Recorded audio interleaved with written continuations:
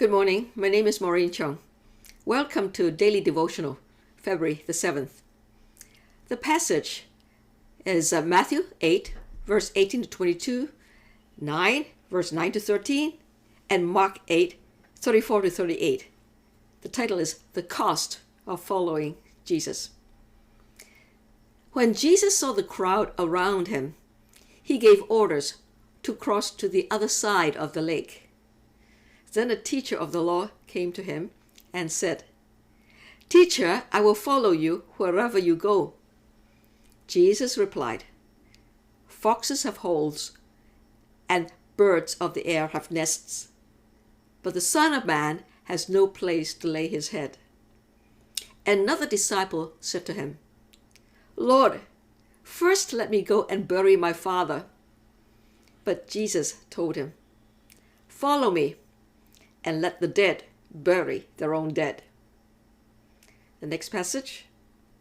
As Jesus went on from there, he saw a man named Matthew sitting at the tax collector's booth.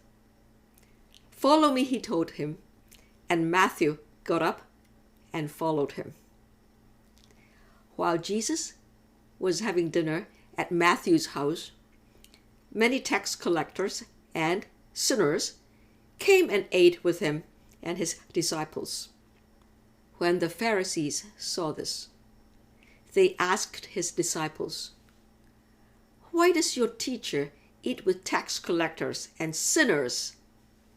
On hearing this, Jesus said, "It is not the healthy who need a doctor, but the sick. But go and learn what this means.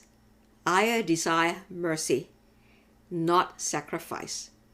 For I have not come to call the righteous, but sinners." Another paragraph.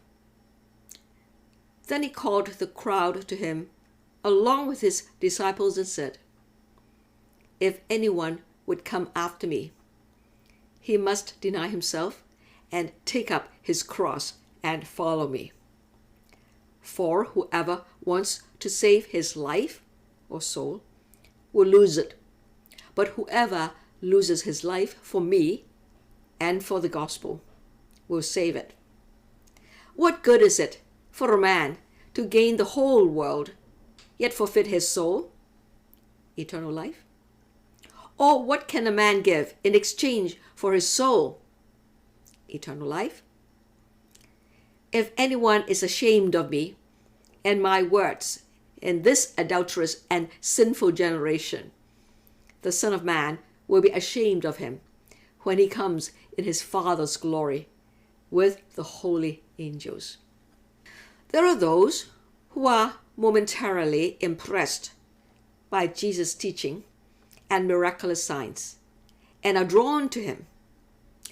They might volunteer to join Jesus to become his disciples. In the first passage from Matthew 8, there is a teacher of the law who has studied Moses' law in great detail, but finds them inadequate to fill his heart with hope and satisfaction. He would like to join Jesus to learn more from his teaching. Perhaps he has in mind the tradition of the Jewish rabbis, welcomed by crowds wherever they go and honored by many. Jesus paints an uninviting picture, has no place to lay his head. So it will be a sparse and simple life that depends on the charity of others. This is the price that disciples of Jesus will have to pay. They live by faith in God's provision. Yet some are invited by Jesus to join because Jesus sees their potential. But this other invitee said to him, "Lord, first let me go and bury my father." If his father were already dead but unburied, he wouldn't be hanging around with the crowd to hear Jesus teach. He wouldn't be on site for Jesus to invite him. Many Bible scholars believe that his father is still living, but he considers this his duty to bury his father as an expression of his honoring of his parents. This is in keeping with the fifth commandment. Not now, but later is his plan. Another explanation is that, according to Jewish custom, there are two burials. The first is immediately after death, when the body is embalmed and put into a tomb. After a few years, the body which has decayed is again taken out. The bones are put into an ossuary, which is a stone box, for good. The old space in the tomb may be reused by other members of the family. The purpose of this procedure is for the economy of space, for tombs are expensive in Jesus' time. This other invitee might want to wait until the second burial is done for his father, which will be a while. Follow me and let the dead bury their own dead, Jesus replies.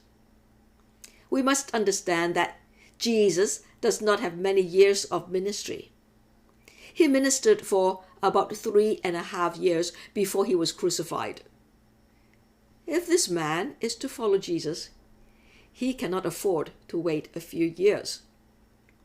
Jesus means that the presently spiritually dead will insist on this timeline of burying their own dead. If this man was spiritually alive, he would have immediately followed Jesus. The Bible doesn't tell us the end of the story, whether the two ended up following Jesus or returning home. I suspect that they went home. In the second passage from Matthew chapter 9, the story of Matthew the tax collector ends up differently. Matthew is the writer of the gospel, but he used to be called Levi. I believe he is tired of his cheating and greedy life and his limited company with prostitutes and sinners. He has no decent friends because tax collectors were considered scoundrels and scum of society. He has a spiritual yearning that is not satisfied. But Jesus invites Matthew to follow him, and he immediately leaves his booth, his office, and follows Jesus.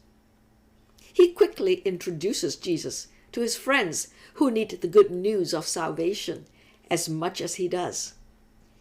He's throwing an early retirement party.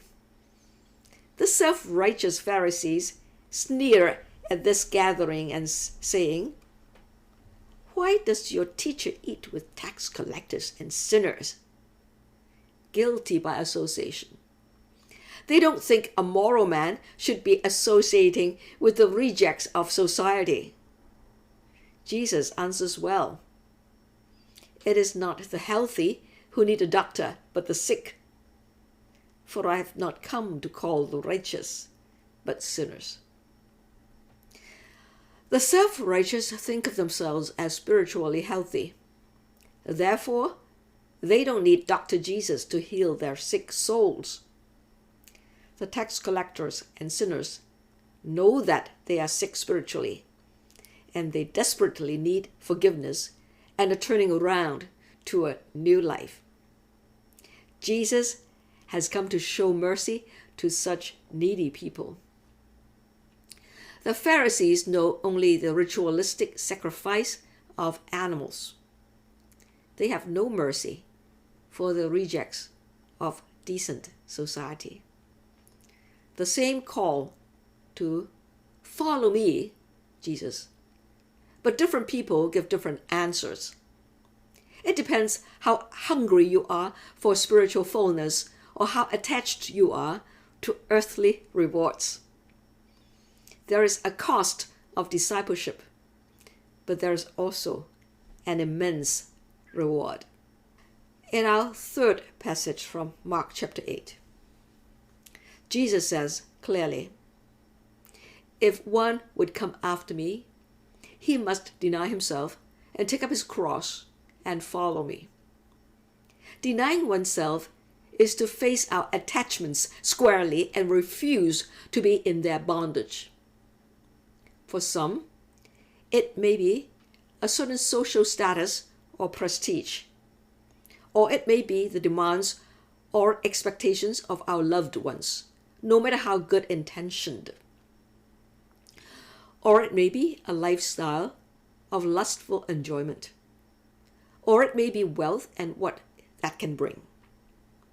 Whatever hampers our decision to follow Christ need to be dealt with. Whatever blockage between Christ and I must be removed. How? By going to our own cross. That is, to be crucified and rendered dead and unresponsive. These attachments will not hold us as prisoners ever again. The struggle can be ongoing because the cross will be taken up daily and continuously. But the reward is immense if we are adamant with this choice of following Him. Comparing the physical life with the eternal life, I take the eternal life with Christ as my goal and prize. The physical life is short, but life forever with my God is bliss eternal. Christ will come again to judge the world. How I serve Him on earth as His disciple has a bearing on the outcome. I'm saved by His grace, not my work. But the call to follow Jesus is a call to suffering with Him, even martyrdom for Him. One must follow Him to the very end. Where He is, there His follower will be. He died for me. Am I willing to die for Him? There is a cost of discipleship as well as a reward of discipleship. This is the choice we must make in things big and small every day. I can anticipate the day when He comes in glory with His angels. That will be my graduation day. Congratulate me when the time comes. Bless you. Thanks for being with me. See you tomorrow. Please like and subscribe to my channel and click the bell icon to get new video updates. Thank you.